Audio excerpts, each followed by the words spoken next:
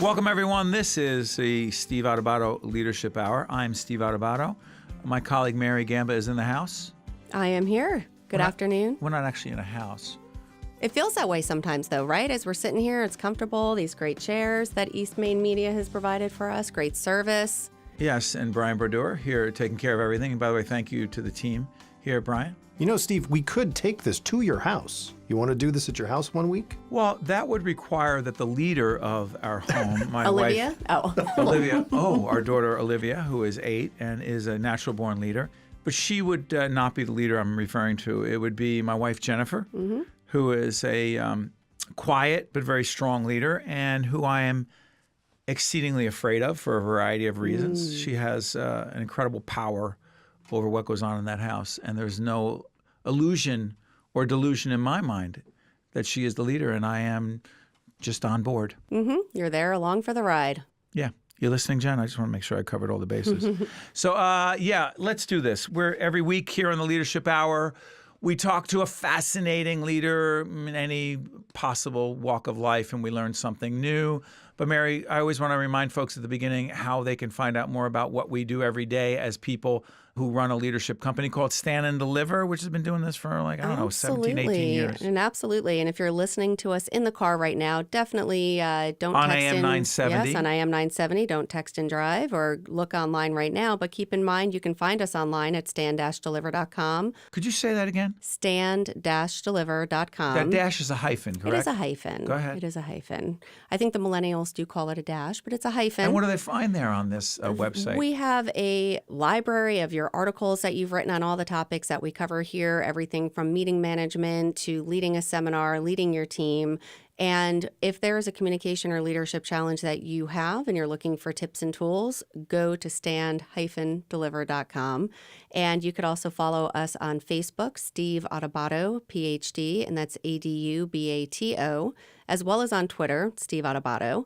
And you can also subscribe to our podcast. This is brand new and super exciting on Apple iTunes, Google Play. And when you're there, give us a good rating if you like what you hear. And if you think it stinks, don't write anything. Please don't write anything if you think it stinks. Just tune into a different station or find another podcast, but that's fine. By the way, I always wonder what's the over-under on how many times we can say Steve Adubato in an hour? Oh, that sounds like a fun drinking game. That'll be good when we have a show at a later hour, but it's 2 o'clock in the afternoon on a Sunday. No drinking. Although it may be football season as you're listening, or hockey season or baseball season. So there's always a good time for a nice little tailgate. And the other thing is, as I said, we are introducing great leaders every week, and this week is no exception. So we are pleased to be joined by our good friend Jim Kirkos, who is CEO of the Meadowlands Chamber. Jim, good to talk to you, my friend. Good to be with you guys, always. Hey, Jim, we were just doing this before we get on the air. I said Jim Kirkos. You said that originally your name has always been Jim Kirkos. Yeah, that's correct. So I grew up when most of my friends and family referred to our last name as Kirkos, and somewhere along the line, while I was working here at the Chamber, a couple of people started calling me Jim Kirkos, and they said, that sounds a little bit more Greek, and I just kind of went with it because I got tired of telling people, whether it was Kirkos or Kirkos. I kind of like both, so it works. I love that. You say tomato, I say tomato, and it still tastes as good, right? Mary, I do not like tomatoes, but that's another story. Jim, do this for us. Tell everyone what the Meadowlands Chamber is and why you matter. Thank you for the opportunity. So Meadowlands Chamber is a business service organization that was established in the early 70s. We were an outgrowth of the Secaucus Merchants Association at the time when the Meadowlands was just coming into itself and exploding, especially all around the sports complex when they were building the original Giant Stadium, and the racetrack, and then eventually the arena. And so currently today we have about 1,150 company members.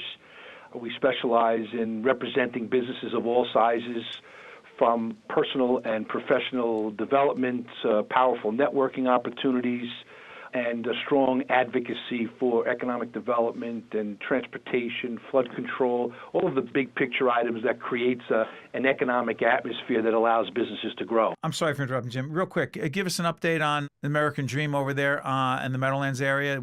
Jim has been on so many times with us on the air over the last many, many years on State of Affairs.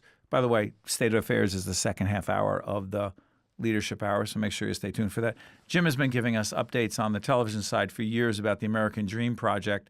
Where are we? A ton of activity. I drove by it just last week heading up to Hackensack, and I cannot believe, Jim, how much activity. There's cranes everywhere you look, new buildings going up. I'm excited. Happening?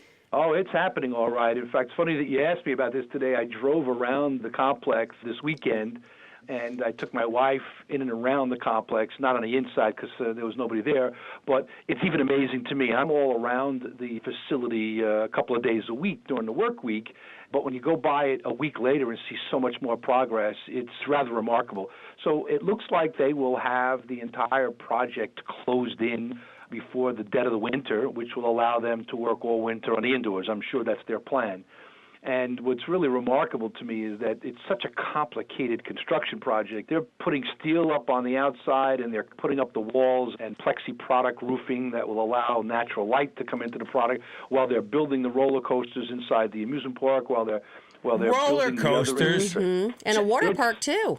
What? No, indoor amusement park, indoor water park. It's just going to be something that is spectacular. And frankly, the project is a game changer for the economy up here in North Jersey, especially the Great Meadowlands.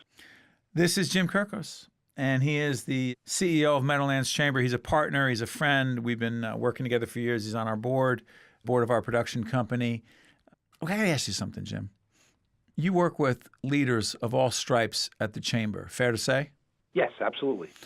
Is there one characteristic, one leadership trait that you see that virtually all of them possess? And if so, what is it? It's interesting you say that. I think the dominant trait that I try to emulate as I continuously work at being a better leader, Steve, is that every great leader is a great listener. And there are many people, if I think about sitting around a boardroom or sitting around a think tank session, there's always going to be a couple of people that want to talk and be heard. But those that are sitting around a table listening to everyone else and formulating their opinion and using what they hear to add to whatever they're going to contribute is the common denominator in some of the best leaders that I get to see on a regular basis within my organization and the organizations that I'm involved with. And that quiet leadership of just listening to what others have to say and then using it to shape their own thoughts is a powerful message. And I share that with young emerging leaders within our organization because their excitement sometimes wants them to talk quickly. And I try to tell them, just pause, listen, and then let's talk. Real quick follow-up on this, Jim. By the way, Steve Adubato with Mary Gamba. This is the Leadership Hour on AM 970. I want to thank you for listening to us every Sunday at 2 p.m. or checking us out on our podcast or both. Jim, let me try this. You mentioned this whole listening thing. You also know that Mary and I have been coaching and teaching people how to present and communicate in public for years. Listening is a great leadership trait. We agree. Harder than ever, potentially, given all the distractions around us, the need to be present. But here's the thing. In terms of public communication, what do you see in the leaders you interact with in terms of their ability to effectively communicate a message in a compelling fashion? Do you see it across the board or are making too much of it? No, you're not making too much of it. Actually, I think there are some of the great leaders that I respect immensely. Many of them have problems articulating their message at times, and that's just a matter of being better public speakers. And the reason I feel so strongly about the listening side, Steve, is because it allows me to gather my thoughts so that I can articulate the priority of what I really want to say or the message that I want to get through. And so for me personally, as I've emulated that particular trait, don't get me wrong, I also respect greatly those that are passionate. When you listen to a passionate person that has a thoughtful articulation of a message, then it's really impactful because it comes off as not only credible but very sincere, and people want to follow sincere leaders. I'm going to try this one. You've interacted with a lot of leaders in CEO positions or top executive positions at the Chamber. One subject we have not explored to the degree we should have and will continue to moving forward is succession. To what degree, Jim, we're talking to Jim Kirkos, who is the CEO of Meadowlands Chamber. This is Steve Adubato and Mary Gamba on the Leadership Hour. To what degree have you seen leaders very uncomfortable and having a very hard time turning the reins over and stepping off the leadership stage and in the process, quote, getting someone else ready to step up and lead?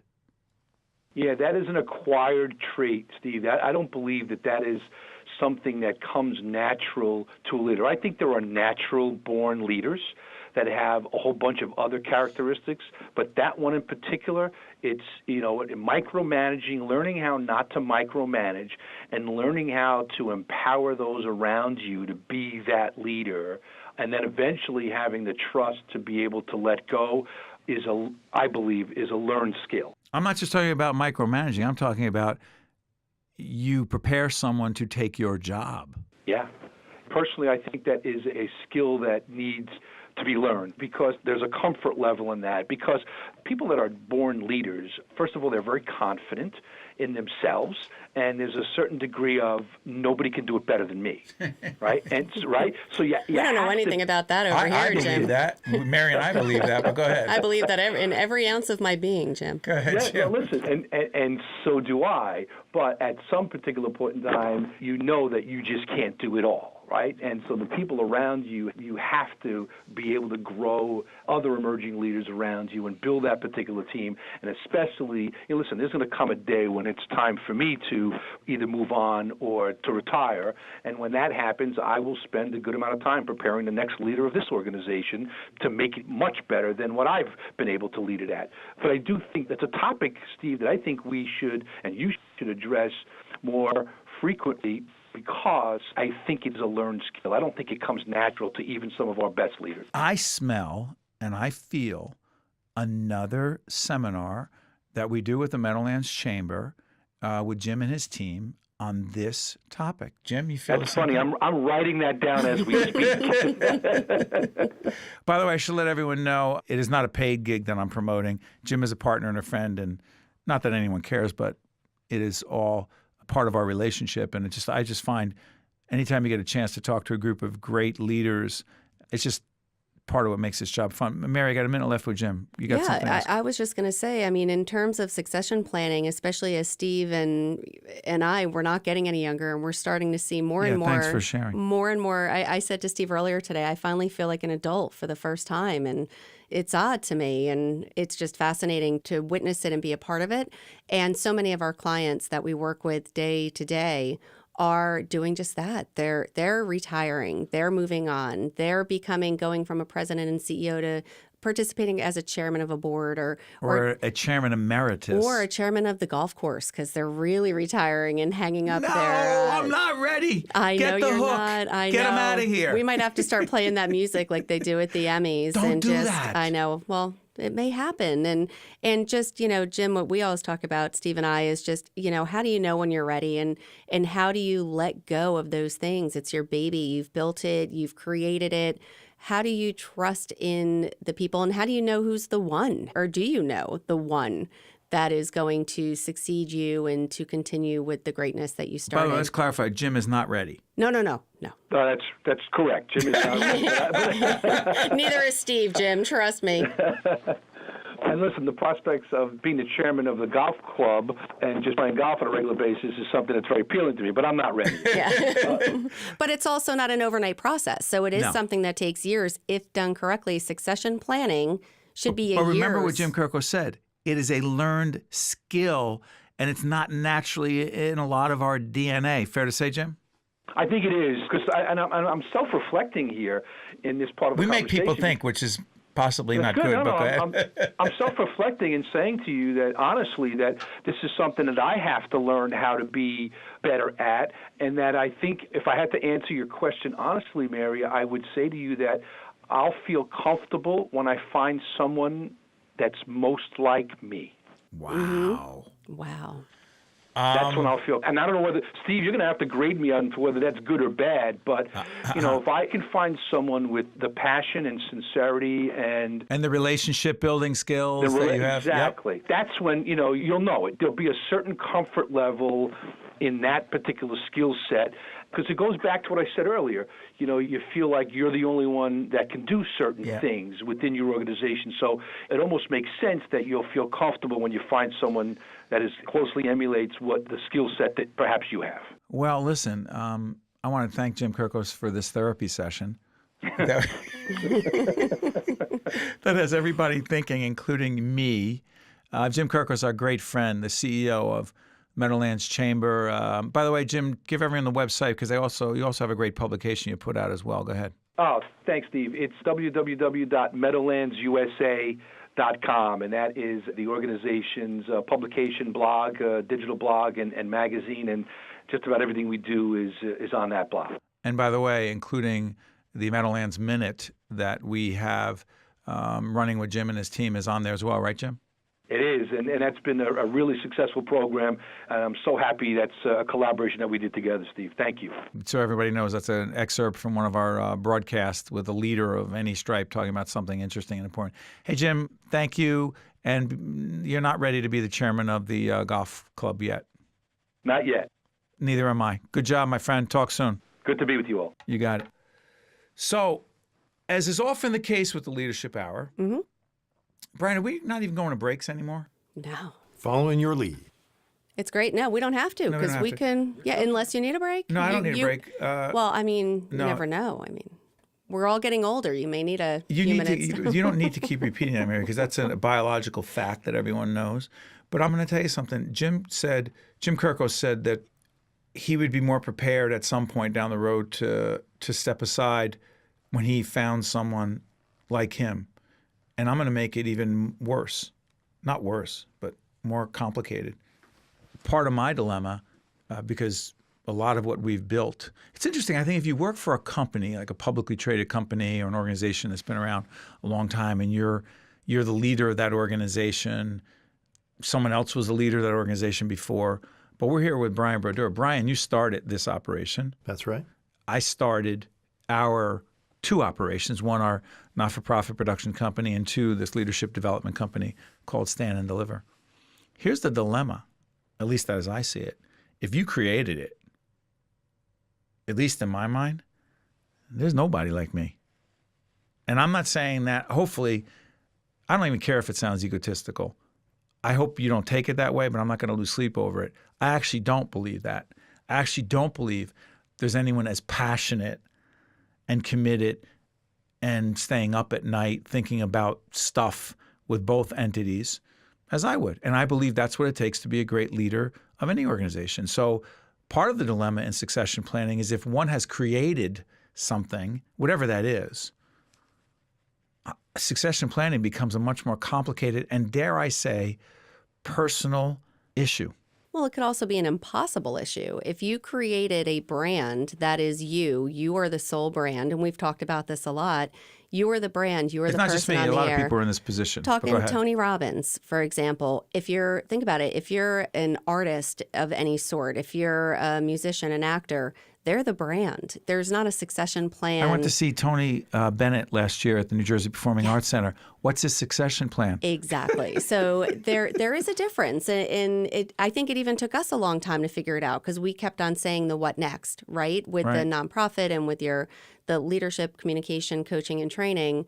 And sometimes, depending upon the organization, there may not be a next in the traditional sense, meaning that if you're talking like the Meadowlands Chamber that has been around for decades, then there is going to be a next. There's going to be another person that comes in and is the CEO of the Meadowlands Chamber. But how hard is it going to be for Jim Kirkos to find someone? I mean, this guy is passionate, committed. He's the one who stays up at night as well. I think that's when it comes down to, as he said, you want to try to find that person, whatever the qualities and characteristics are within yourself that you know has gotten the organization to where it is, whether it's passion, enthusiasm, I'm a strategic thinker. You almost need to make that list of all those characteristics. And then in the interview process, as you're starting to feel, and I do believe that a lot of times great leaders come from within the organization because they're already buying into what it is. I think it's a lot more challenging to go out externally and get somebody who really doesn't understand what it is that you do. So listen, that's Mary Gamba. I'm Steve Adubato. I'm going to ask Mary a question and follow up.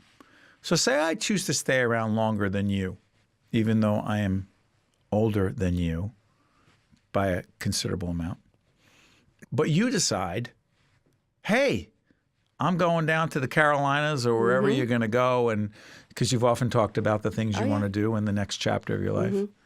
Do you believe that you could prepare a quote-unquote successor to – why are you taking a deep breath as I'm saying this? But you talk about, hey, I don't know about you, Steve.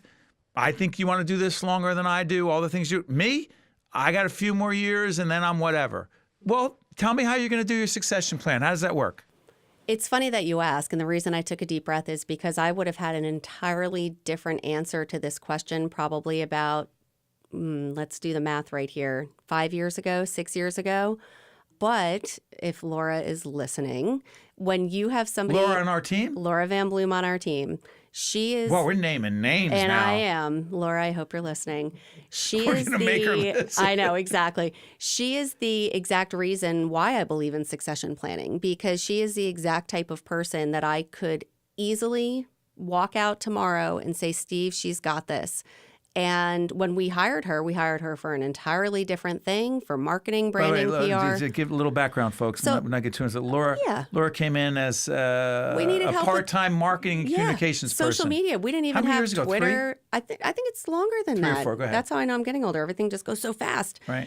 And What does she have that's so special that makes you think of her in that way It's as a just- successor? And I've said it to her as well, and I think that is part of leadership is being upfront with those people. And again, we have everyone on our team right now is, as we always say, They're on excellent. the right seat on the bus, and they all do fantastic things. But there's that certain factor of, really caring about what they do.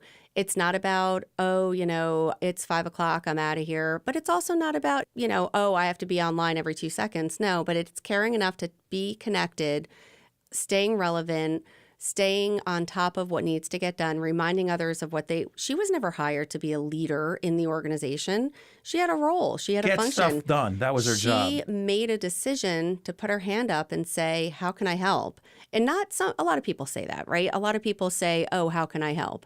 They mean it in a nice way, but really having them help is more of a hindrance because you still have to train them on how to do it.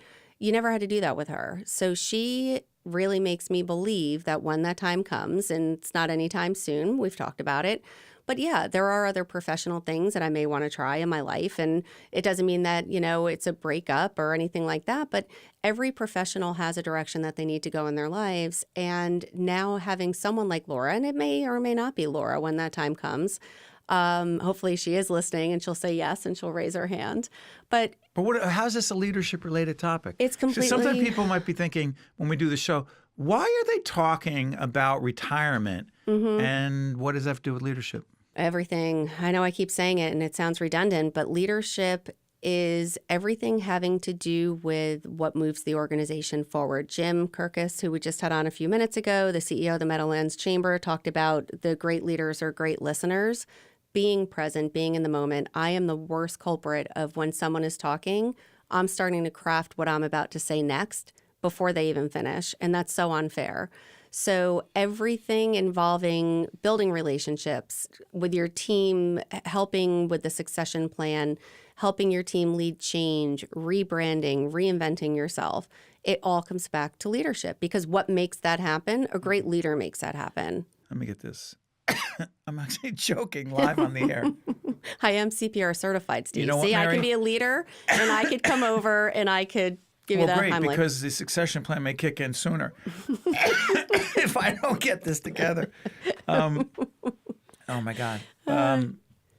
So you know what's interesting to me about this is that leadership is partly about having the confidence of believing that you can make the tough decisions, you can take on these difficult challenges, you can motivate people to do things that they say they can't do or don't want to do but need to be done for the organization, et cetera, et cetera, et cetera. But truly great leadership is also about having the humility to realize that you ain't here forever. And even though you're passionate about what you do, you're not supposed to be here forever.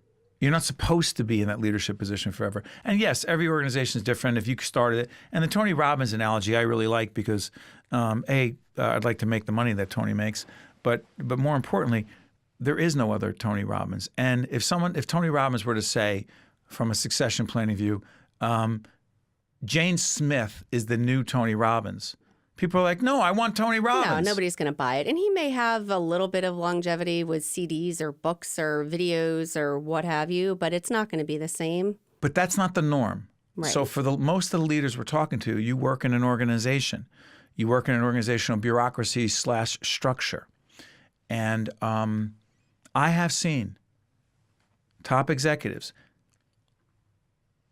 literally have to be pulled off that stage, and they didn't make the call. Mm-hmm. They waited too long. They resisted it. They procrastinated. Right. And a board stepped in, the people who have the corporate governance responsibility, and said, Jim, Jane, whomever, now is the time. Right. And it wasn't pretty. No. And then we have other executives that we work with, leaders, who one of them recently came to us and said, it's my time. And this person is comparable to my age. Mm-hmm. And in my mind, this person's at the top of his or her game. Mm-hmm. And I was stunned when it was said to me, because I'm thinking, what are you doing? You're at the top of your game. And his position is, there are other things I want to do. Exactly. I've taken the organization as far as I think I can, and I'm also not going to wait for somebody else to tell me it's time to leave the stage. You say? I say I am right there with him or her, and it needs to be a personal choice to a degree. If that personal choice is I'm going to stay here until I'm 95 because I'm stubborn and I just want to continue doing what I'm doing, then you're really not a true leader because you're not looking out for what is best for that organization. How about if you think you're at the top of your game until you're whatever age? Then you're delusional. Then you need to get that cane and get that pulling them off the stage and get the music playing. Get the hook. And that's embarrassing. And athletes do it. Athletes right? stay too long. Athletes stay too long, and then when they do have their swan song, it's sort of like, well, you kind of, you were just sent to another team because you're really not good at what you do anymore, but you still want to play. And some of those leaders do end up coming back to that organization. I'm doing a hockey analogy here for any hockey people, but Martin Brodeur. Oh, my opinion, that's right. You're a big Devils fan. He stayed a little bit too long. As a goalie? As a goalie, for whatever reason. And that's when, obviously, he left the Devils for a little while because he wanted to keep on playing. But hold on. Stay on this from a leadership perspective. Yeah. Martin Brodeur decided because he loved the game. He thought he was still a good, or if not a great goalie. And who is anyone to tell him he's not? Isn't that part of being a leader, having the confidence in yourself? It is, but it isn't. If it's your time, I believe it's better to go out on top as a superstar, as a rock star, have your send-off on your, terms? On your own terms. Really? I do believe that. And I think it's more fair to do to your team, whether we're talking a true team, a sports team, or a team in business, it doesn't matter. And you need to have the best interest of the organization in mind at all times. That is what a true leader does. And even if you think you're the best? Well, I'm the best leader, so I'm going to lead the organization. Right. You need to also have perspective, and you need to look within. And that's why we have this show. That's why, fortunately, we're going to be able to do this show for a very long time, because there's no right answer to any of this. Well, there may not be the one right answer, mm-hmm. but I can tell you this, one of the things I've learned from coaching, teaching, writing about leadership, but more importantly, trying to be a leader, is that there are some practices that are better than others. Mm-hmm. They're not perfect, and they don't always work all the time, but there are some practices that are pretty bad. Well, and there's also history. You can learn a lot from looking at what other leaders have done. Did they retire too young? Did they retire too old? Did they die in that position and never even got to enjoy? I worked all this time, and I was a multimillionaire, and never once did I actually enjoy taking a deep breath. Nor did they develop somebody else to step up. Right. So you can learn a lot from others. Oh, boy. My head hurts. In a good way. From thinking. That's good. Yeah. From thinking. I'm going to pick this topic up right here, but then we're going to do it on another show. Loyalty. I mentioned it to you before. As we do this program, President Trump, and we don't do politics on this show, because politics doesn't even interest me that much. Leadership does. President Trump has said, you know what? I got people around me who are not loyal. They're gone, whether it's an anonymous person with the New York Times or whatever, people who talked to Bob Woodward about in his book, which I'm reading right now. What's the name of the book, Brian? Fire. Fire. Thank you very much. What's realistic for a leader to expect from those around him or her if they think Fear. what? Want to pick up that question again? The book is called Fear? Yeah. Fear? Okay. Are you sure? It is. Wow. Yeah. It's not called fire, it's called fear. Yeah. Thank you. So my I bad. fear fire. So That's, I think, what I was they're both thinking. 4 letters. Yeah. Well, you know what, Mary? Why don't we do this? You want to pick up the loyalty question on Well, the yeah, show? 'Cause you 'cause got 30 seconds left. Yeah, no, absolutely. See, but I see you as incredibly, intensely loyal to me. Yes. I am very loyal to what I believe every aspect of my life. It's all compartmentalized. I'm loyal to when I leave at the end of the day and I'm working for my son's hockey team, when I'm working as a team manager for my other son's hockey team, to my husband, to my animals in my home, to my children. Loyalty. There's not much else we have. No, we Not can blind pick that up. loyalty. No, absolutely not. No. Loyalty is like anything else. It's like respect. You need to earn my loyalty, and if you've earned it, then I'll be loyal to you. But if not, then not so much. Let's pick it up in the next leadership hour. Oh my God, it is. If this is not like therapy for you, whether you think you need it or not, then you don't appreciate the leadership hour because it is thought-provoking, it is compelling, and it's on every Sunday at 2 p.m. on AM 970. Steve Adubato with Mary Gamba and our colleague Brian Brodeur will be back next Sunday for another edition of the Leadership Hour. Stay tuned for the second half hour, which is in fact State of Affairs with me, Steve Adubato. Check you out next week, folks. This is Mary Gamba. Stay tuned. We'll be right back with State of Affairs with Steve Adubato, where we look at the most pressing issues facing the state of New Jersey. This edition of the Steve Adubato Leadership Hour has been made possible by New Jersey Resources. Hi, I'm Patrick Dunnican. At Gibbons, we believe that citizens need to be informed about the complex issues that affect their lives. That's why we're proud to support the programming produced by the Caucus Educational Corporation and their partners in public television. State of Affairs with Steve Adubato is brought to you from the Agnes Veris NJTV studio at 2 Gateway. Funding has been provided by the law firm of Gibbons, P.C., RWJ Barnabas Health, the Port Authority of New York and New Jersey, PSC&G, committed to providing safe, reliable energy now and in the future. Rowan University, educating New Jersey leaders, partnering with New Jersey businesses, transforming New Jersey's future.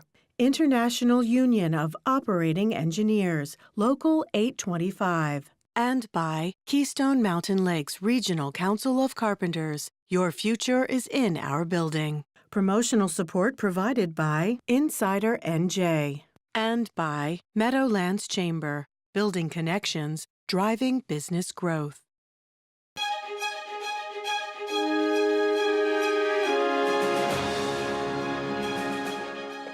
Welcome to State of Affairs. I'm Steve Adubato. We're coming to you from the Agnes Veris NJTV studio in Newark. We're honored to be joined once again by the President of the State Senate of New Jersey, Steve Sweeney. Good to see you.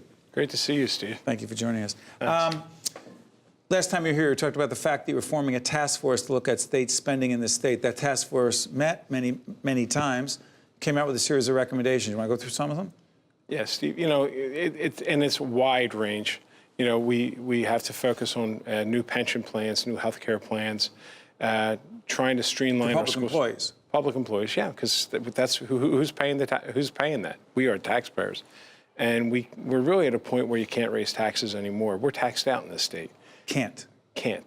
We How need about to if, fix. the governor- We need to fix now. What about the governor comes here next month or so on State of Affairs and says, you know what, I'd rather not raise taxes again, but you know what, we got to find new revenue to support the programs that the people of New Jersey want. You say?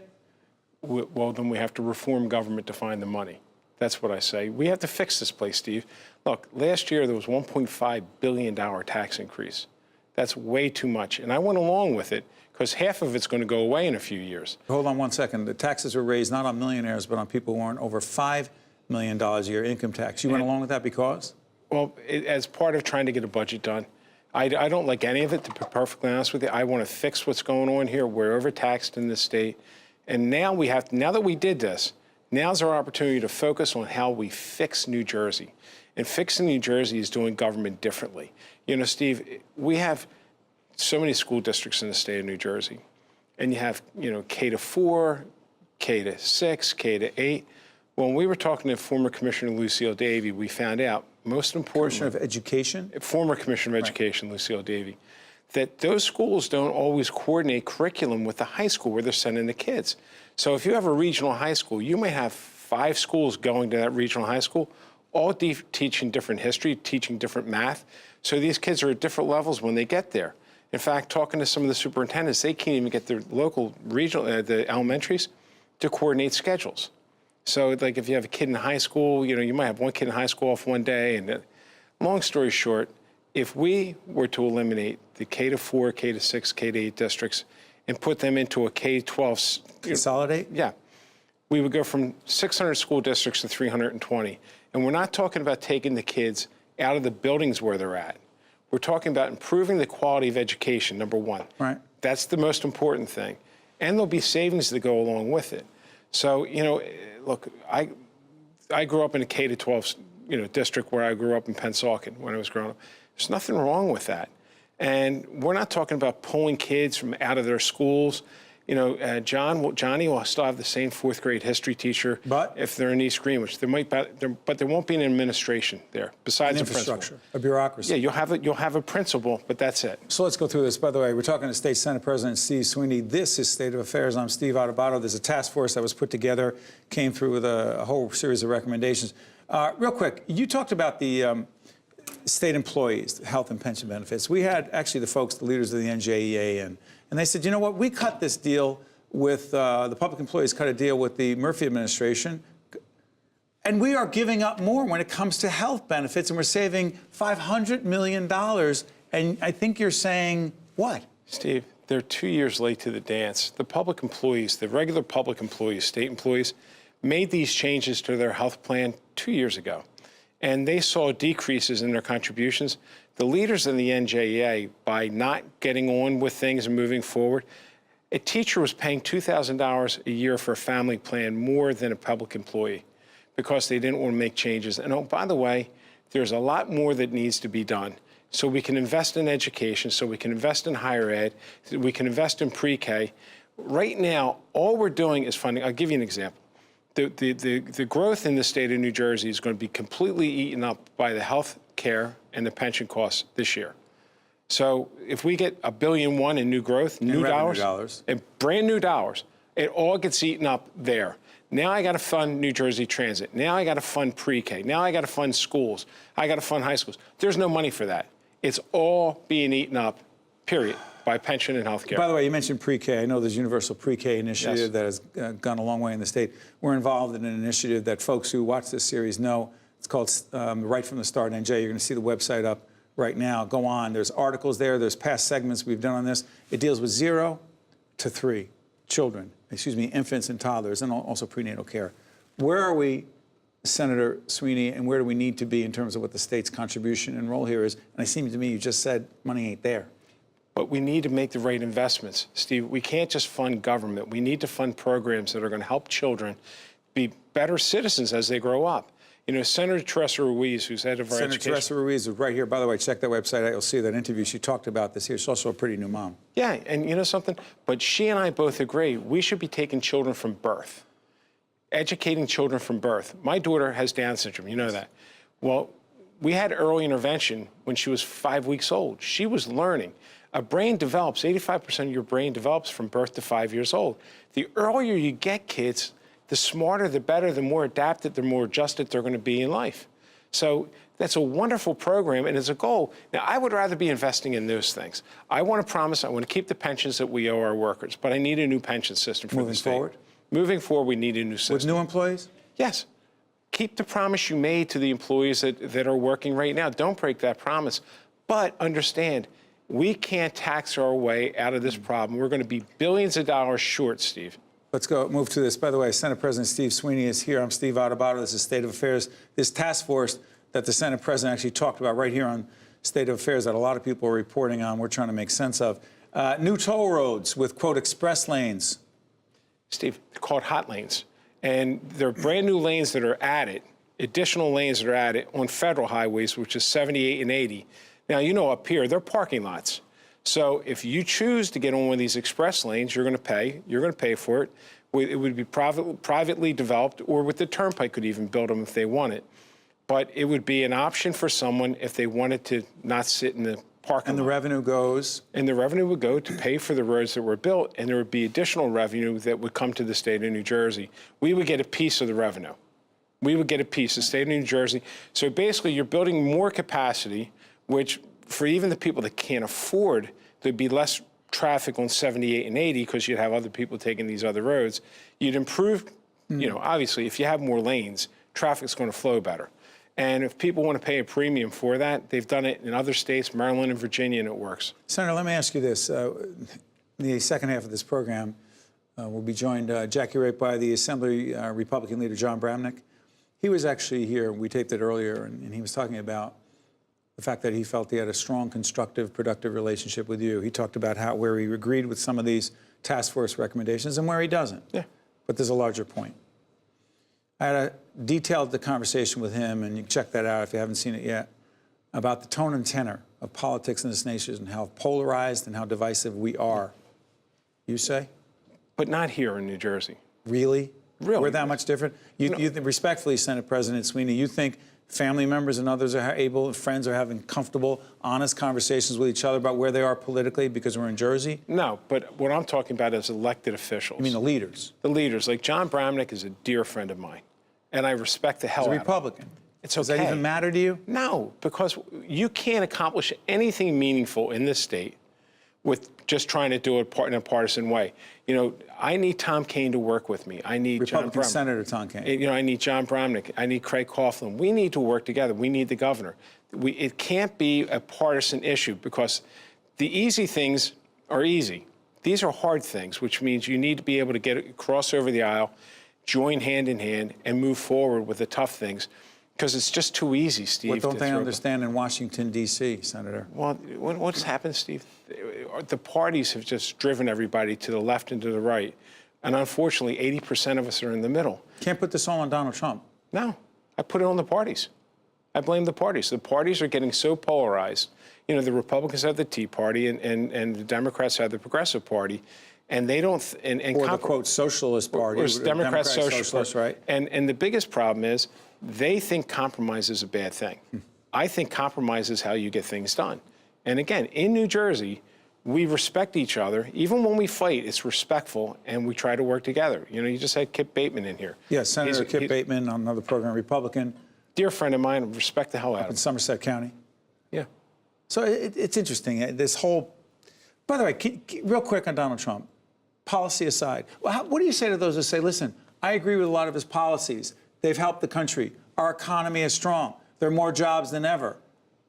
His demeanor, style as a leader, dare I say, trump that? I think that what the president has done to this country is destroying it. It's tearing it apart at its fabric. And the economy is, they just said, corporations had the largest buyback of stocks ever in the history of this nation, and that's because Donald Trump's tax cut. It didn't get to the workers. It did, you know, there's some of it, like 6% of it got to the workers. And it was normally in bonuses, not even put in the base pay. Steve, this president is so decisive, and it's scary because it's the people that are unwilling to give are running this country now. I'm sorry for getting so national. I'll bring it back to our mandate in New Jersey. New Jersey Transit, give me 30 seconds. Where are we? Where do we need to go? Look, we have a bill in the Senate that we passed that we hope the Assembly will be passing pretty soon. Loretta Weinberg sponsored. Senator Weinberg. And it actually creates a lot more transparency, adds members to the board. At New Jersey Transit. At New Jersey Transit, has the meetings in the evening, not during the day. And look, it didn't break overnight. It's going to take time to fix it. This is beyond Christie into Corzine, maybe even into McGreevey. It's been bad. Let's do this. Senate President Steve Sweeney in the House, Steve Adubato here. Let's talk about real quick. We had Senator Joseph Vitale talking about the pedophilia crisis, if you will, in the Catholic Church, wanting to expand the statute of limitations lifted, right? And change it so that people who say they were abused by a priest at some point, they could bring it up at whatever point. There's legislation about that, you say? We're working with Senator Vitale to figure out the legislation we can get passed in both houses and signed by the governor. You know, Steve, there's no room in this world for anybody abusing a child. There's no room in this world. You think the Catholic Church, you're Catholic, I'm Catholic, you know? It's not just the Catholic Church, Steve. Well, on this one, though, respectfully, Senator, do you think the Catholic Church has handled this in any way that should keep government out of it? No, but like, listen, but it's not, I'm telling you, government's got concerns with this too. What do you School mean? districts, school boards. Listen, when this bill comes up, we have with abuse of we have children? government entities are concerned about crafting a bill where the governments can be sued, you know, forever. School districts as well? Yeah. So that's what you mean by not just the church? Yes. It's towns, it's counties, it's school districts. There's all, we've heard all from all these people. Look, we got to make sure we do what's right for the abused, from the person that's abused. That's where you start. Last question. I'm curious about this. You and Governor Murphy, we're not a show about politics or inside the Beltway, if you will. Constructive, meaningful dialogue going on between you about the issues that matter most? Yeah, listen, if people looked at the body of the work that we did, we got a lot accomplished. Did we fight? Yeah, we fought. Democrats fight, Steve. You fought with Chris Christie. I fought. Yeah, that's what I'm saying. I'm Irish and Italian. I fight publicly. I don't hide anything. You know, and listen. And when I think he's right, I'm going to be with him. When I don't agree with him, I'm not going to agree. Look, we're working on marijuana right now. We're working real hard on marijuana. We want to get a minimum wage bill done. You know, so there's things we're working on. Is that going to happen? We'll get them done. We'll get them done. But again, it's going to be a compromise. It's not going to be all my way or no way. It's not a bad word. No, I believe in compromise. Senate President Steve Sweeney believes in compromise, and I look forward to the conversation as we move forward. And by the way, we will hopefully be joined by Governor Phil Murphy in our next taping, and we'll have a chance to talk about how he sees the future of New Jersey. But as always, as Senate President Steve Sweeney, I want to thank you for joining us on State of Affairs. Thanks, Steve. As always. Thanks, Bill. Okay. Steve Adubato, State of Affairs. Check us out after this. To see more State of Affairs with Steve Adubato programs, visit us online at stateofaffairsnj.org. If you would like to express an opinion, email us at info@caucusnj.org. Find us on Facebook at facebook.com/Steve Adubato, PhD. And follow us on Twitter at Steve Adubato. Back by popular demand, State of Affairs welcomes State Assemblyman Jon Bramnick. He's a Republican. He admits it. He's also the leader of the Republican Party in the State Assembly, serving for how long? 15 years. You are an attorney as well. You are also the only member of the state legislature doing stand-up on a regular basis, stand-up comedy, correct? I'm the only one doing comedy outside of Trenton. Would it work there? Is it a good audience? No. They don't get it? No. They're not that It's funny. not a bunch of funny people. They're not, No. okay. Some of the legislation's funny, but... Okay, let's talk about not some... Hey, this isn't funny. Steve Adubato here, more importantly, Jon Bramnick here. New Jersey Transit. People waiting for trains that don't come. People not told, hey, that train's not coming. People who are supposed to be the engineer, what are they called? Conductors, right? You can tell I haven't taken a train in a while. Hey, we're not coming into work today. Crisis? Yeah, it's a crisis because lack of information. The most important thing, people can take almost anything if they know what's happening. And with all due respect, the last 7 or 8 months, there's been no information. Look, if there's not going to be a train, as long as I know the night before, I can make arrangements. But 5 minutes before it doesn't come, no good. Why do you think that happens? Well, a lot of reasons. I asked the director, and I said, what's of New Jersey Transit? Yeah, I said, what's the deal with the contract? You mean an engineer can just call up 5 minutes before and not show up? He goes, well, I didn't get a real answer, but I'm afraid that the system is, there's not much notice needed when an engineer doesn't show up, and that's got to be changed. By the way, I want to clarify, is an engineer a conductor? No, I think a conductor is a fellow who walks through the train. Okay, I think the engineer drives the train. I wouldn't bet my life on it, but I think so. I just want to clarify that. We got the wrong person to do the show my clarification. ignorance right here on public television. How about this? Closer to home? Well, it's not closer to home, but it matters. There are many have said, you've said it as well, we don't get our fiscal house in order in the state of New Jersey. We don't get a second shot at this.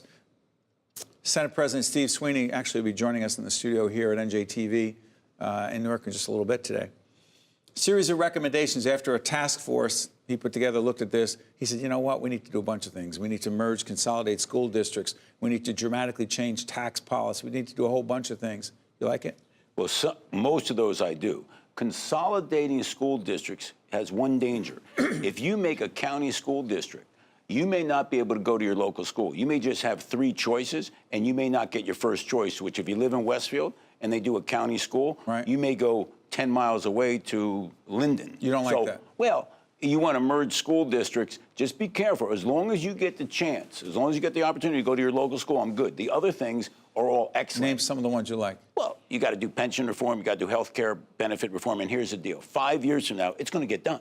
It's just a question. Government only does it in a crisis. You're talking about public employees. Well, you're talking about changing the public employee arrangement with the state of New Jersey, Assemblyman Jon Bramnick, as it relates to health care benefits and pension benefits, correct? Before it goes broke, because it's going to go broke. Okay, so you can either address it now or you can address it 6, 7 years from now. But anyone on Wall Street, any analyst will tell you the system will fail. Period. End of story. So fine, you want to wait 7 years and do it? I'm good. It's better for me. Actually, it's better for me politically to ignore the issue. I mean, as a Republican? No, I have to tell you, every politician who goes out there and says, I want reforms, I want reforms, public unions are going to say like this, he's the bad guy. But Assemblyman, respectfully, as we are taping today, Governor Phil Murphy announced an agreement with the public employee unions to significantly save millions, potentially billions of dollars by renegotiating, by putting those items back on the table, the health care benefits, pension contributions, particularly for future employees. How could you say that public employees are not making changes along with this administration? Well, there were some slight changes done by the governor, okay? And which is a good thing, no? Well, we're going to have to do an hour show on what those changes were. But yes, it's a good thing to start to address it. But it doesn't affect over $100 billion in debt that's owed by this state. It could be up more than $140 billion in debt. Our budget's only $37 billion. Are you talking about unfunded liability of the pension? Exactly. So this minor step forward is a good step, but it's far short of what's needed. So what I'm saying is we need a whole show on, and those changes, some of those changes, you have to look behind that curtain a little bit. And we have to talk about that at length. We will have also today, boy, there's some great people coming in today, including the leaders of the New Jersey Education Association, public employees greatly affected by that deal. Hey, you don't like Donald Trump, do you? Let me tell you, what I don't He's the leader of your party. Well, no. Yes, he is. No, wait a minute. I became a Republican in this state because people like Tom Kane Sr., people like George Bush won. I'm going to tell you, now we're going to get away from policy for a minute. So there's but personality-wise, you have to respect other people. And in my judgment, you have to have empathy for other people. And my concern is that I don't see the empathy that I want as a Republican leader. And I'm going to say it, and I don't care the consequences of that. That's different than policy. Policy, meeting with North Korea or trying to build relationships with the Soviet Union makes some sense. But treat people with respect, show some civility. And my concern is that's not good for the party. Why do you think many believe, that President Trump has a hard time, quote unquote, taking the high road? And also, let's try this. As we do this program, he recently said, you know what? I don't believe 3,000 people died in this horrific situation last year in Puerto Rico. I think the Democrats are involved in a conspiracy. I don't think John McCain, who a war hero, buried service to this country, United States Senate, 6 years or so in a prisoner of war camp. He wasn't a war hero. I respect people who were not caught versus people who were caught. You hear that. You ask yourself, he's the leader of the Republican Party. He's the leader of our nation. No, he is. Well, let me tell you this. I don't respect those comments, and I've spoken out about those comments. The vast majority of Republicans supported them in spite of it. Well, look, and support him today in spite of it. I'm going to do what I think is right. I was the leader of the civility movement 15 years ago. And I'm not going to put away my moral commitment because someone's the president of the United States. But let's separate. You want to talk about policy, or you want to talk about how he acts? Demeanor and leadership style. I don't like his demeanor. Is it dangerous? Well, I think it's dangerous. I think it sets in motion the ability for people to attack each other. Yeah. I don't like it. You want to go to civility? Go to George Bush 1. Go to the first. or go to Tom Kaine Barack Sr. Obama. Look, Civil. Look, Civility. I'm the Even if you Republican, disagree I'm with the his Republican policies. leader in the House. I stand for the Republicans in New Jersey, and as far as I'm concerned, that lack of civility is not what I like. One quick on policy. I can't believe that you are supportive of the idea of the federal government through the recent tax changes in Washington saying, we're capping state and local deductions, meaning your property tax, your state income tax, I'm not 10 supportive grand. of it. That's the deal. I'm not supportive Why would of they it. have done that? And could that have anything to do with the fact that Democrats, in fact, or those who are in New Jersey voted for Hillary Clinton in 2016? Or is it some sort of grander fiscal tax policy plan on the I part think of most of the country liked it. It was really bad What did it do for for New Jersey? It hurt New Jersey, in my judgment. Because we can't deduct our taxes beyond 10 grand. Absolutely. And the whole argument is, well, we should lower our taxes. That's what a lot of your friends say. But, yes, if you want to give New Jersey 10 years to do that, and you want to phase out a property deduction, I might be with you. But when you do it overnight, in my judgment, it's punitive to this state. I don't support it. I said I don't support it. Look, just because you're a Republican doesn't mean you like everything a Republican does. Generally, I believe in less government, and then people should have freedom. That's the kind of Republican I'm, and I'm not going to defend every Republican, including the president. I say Phil Murphy, Governor Phil Murphy. You say? I think he's very, very, very liberal to the point where, well, here's my concern. You have to recognize the fiscal problems in the state. Okay. Now, he made a slight move the other day, but I truly With the believe, unions, public yes, but I unions. truly believe that he's a big government leader. And if you like that, it's fine. I believe that we've got a serious crisis fiscally, and I don't think that that's what he focuses on. You think he's focused enough on, I got about 30 seconds left, on the need to cut spending? No, of course not. Not when you do a $1.4 billion tax increase. You ask me, is he concerned about spending? Obviously not. Now, I think, one, he really believes it. I think he's not really a politician. I think he truly, deeply believes what he's doing. I think he's Gotta give him credit for that. Absolutely. But I disagree with him. When did this become personal? no, but It's what's not- the problem with that real quick is? The problem is we can't afford it. We got to compete with other states. We have to bring businesses in here. We got to keep people from leaving. How many people are leaving this state because it's too expensive?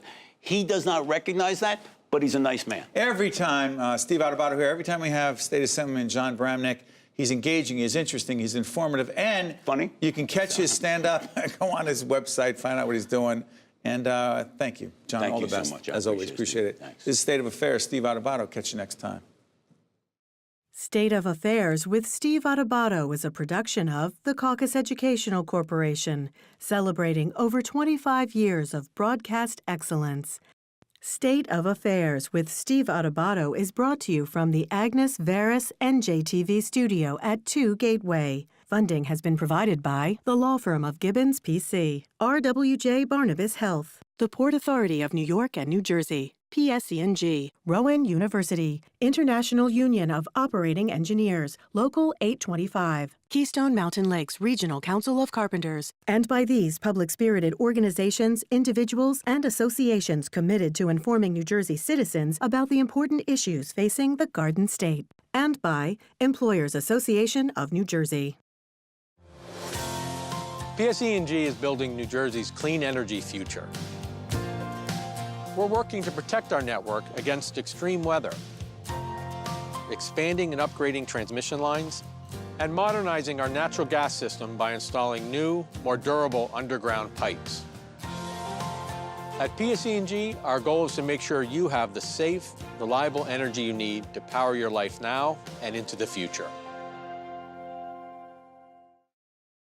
I could feel my lungs fill with oxygen, and I got my life back. The Sharing Network means to me hope, life, and everything. The Sharing Network was a lifeline to me when I really needed it. We are an organ procurement organization. The core purpose of the New Jersey Sharing Network is to save and enhance lives. To honor those who gave. Pay tribute to those who received. Offer hope to those who continue to wait. And remember the lives lost while waiting. For the gift of life.